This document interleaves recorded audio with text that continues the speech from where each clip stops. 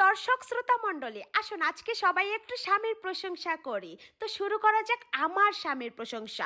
আমার স্বামী তো খুব দয়ালু, দয়ার সাগর আমার স্বামী।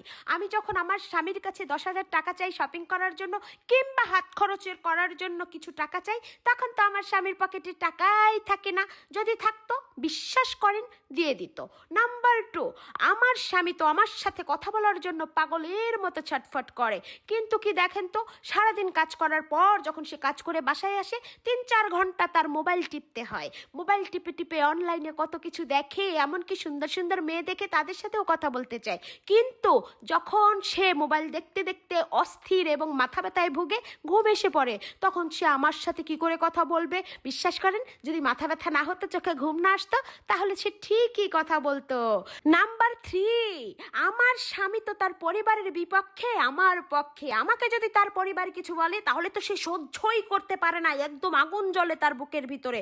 কিন্তু কি বলেন তো, তার পরিবারের সবাইকে সে ভয় পায়। তার পরিবারের লোক যদি তাকে খারাপ বলে, প্রতিবাদ করলে শুধুমাত্র সে চিন্তা করে তাদেরকে কিছু বলতে পারে না, শুধু আমাকেই বকে। বিশ্বাস করেন, তাদেরকে যদি সে ভয় না পেত, লজ্জা না হতো তার, তাহলে কিন্তু সে ঠিকই সারাক্ষণ প্রতিবাদ করতেই থাকতো।